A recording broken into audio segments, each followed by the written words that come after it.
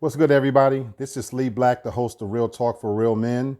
And you can catch me live Wednesdays and Saturdays right on YouTube and Facebook. You can subscribe directly to the channel under that same name, Real Talk for Real Men.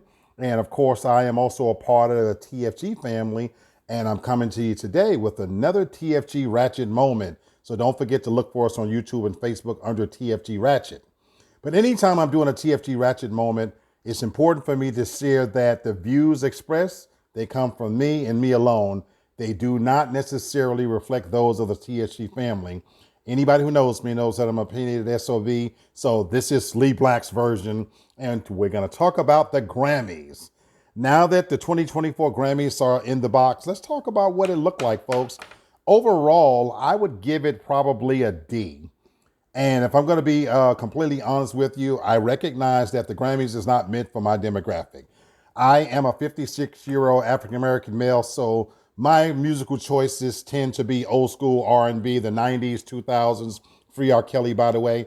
Having said that, the Grammys was for young people, but I did try to watch objectively, and I'm going to give you my views of basically based on my opinion, and these, again, are my views. There were some good moments, but mostly it was just boring to me. I didn't connect to it really at all. Let me start by saying the best dress of the night I thought was Fantasia by far. Watching the red carpet, I should say, before the show, she looked absolutely stunning. Now, normally when I see Fantasia, she looked like she's always kind of smells a little bit musty.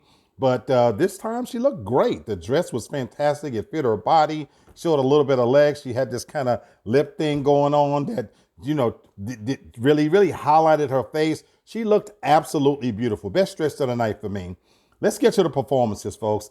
There was so much about it that I didn't like, to be honest with you. Burna Boy, look, I don't know what that monkey shit was, but he could take that right back to Africa, to them shit old countries, because I just didn't get it. 21 Savage, I don't get it. Folks, somebody explain that to me. The pyrotechniques, the battle he had with the chair, the mumble rap shit, I don't get at all. So it just went completely over my head. I just didn't feel it at all. Oh my God, let's talk about them trotting out some of the elderly statesmen of music.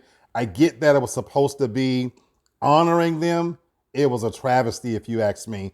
Stevie Wonder, I love me some Stevie Wonder, but he looked absolutely awful. He didn't sound great. They literally used him as a prop. He just didn't serve any real purpose. Billy Joel, we waited 30 years that they kept hyping that up, and he comes out with some song about keeping the light on. Look, Billy Joel, turn that goddamn light off, and don't you ever turn it on again. Go somewhere and be happy, spend your money, because you looked a mess. The song was weak. It just didn't do anything for me at all whatsoever.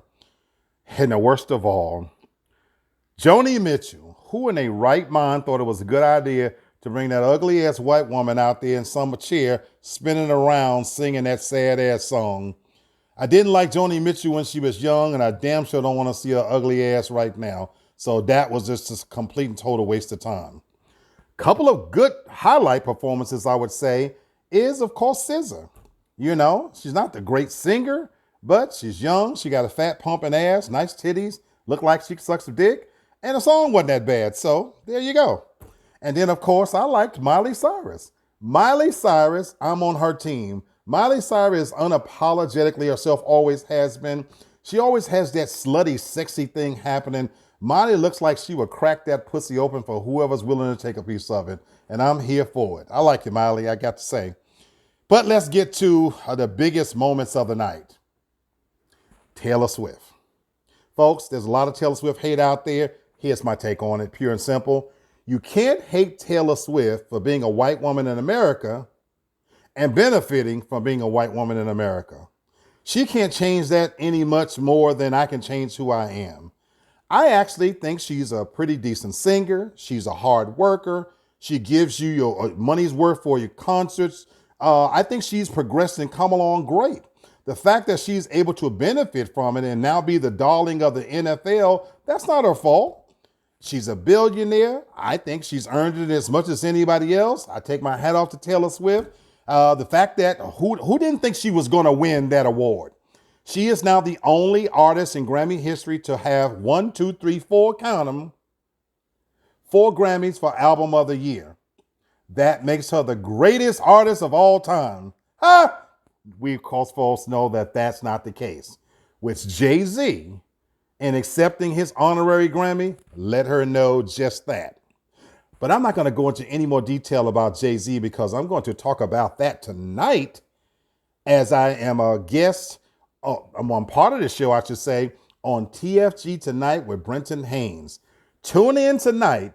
It's the TFG Tonight Show with Brenton Haynes, and you can find that under TFG, under the YouTube and Facebook channels. And I'm part of a cast that we're going to be talking about religion, politics, current events, and I'll share my take tonight on Jay-Z and his epic speech, and especially in honor of Black History Month. What he said, it might have went over other people's heads. It did not go over mine. It was epic. And I'm going to tell you whether I liked it or whether I hated it. So anyway, this has been another TFG Ratchet Moment. I'm your guy, Lee Black, where you can get all your news. And don't forget to catch us on the BF Black Hollywood Report as also part of the TFG family. And we're talking all things ratchet, current events, you name it.